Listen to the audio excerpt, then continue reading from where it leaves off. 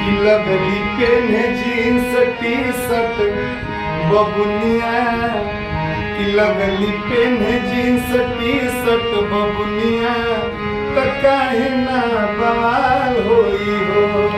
अलीहल छोड़ी देली कान पर ओढ़निया, त काहे ना बवाल होई हो।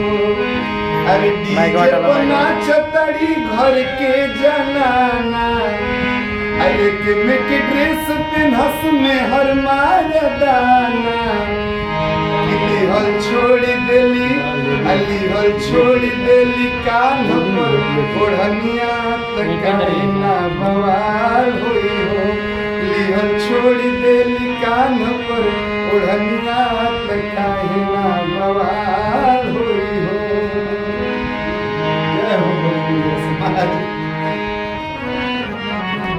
एक आध और भैया गाना गाइए, एक और एक आध और तनिक बात एकदम पूरा मिजाज में गाइए एकदम पूरा।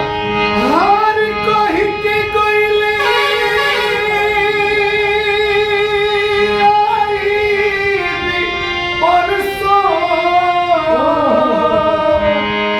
आर बीती गइले आजू रे बरसों, कि पियर भइले ना हमार सरसों जास देहिया,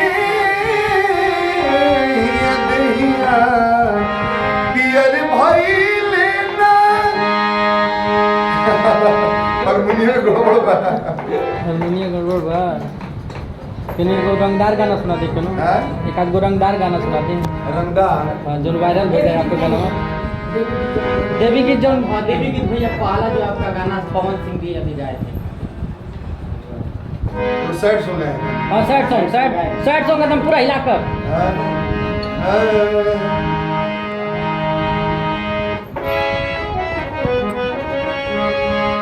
अइले सजन दिल मंगिया सजाई, भोर जब होखे लागल हमरो विदाई।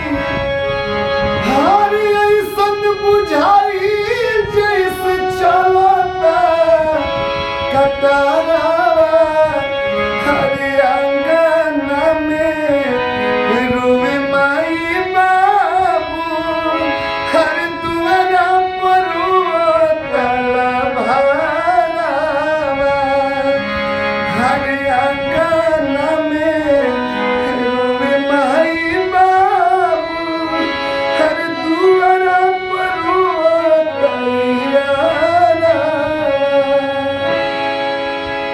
चलो भैया भैया इंटरव्यू हो जाइए आप लोग भैया।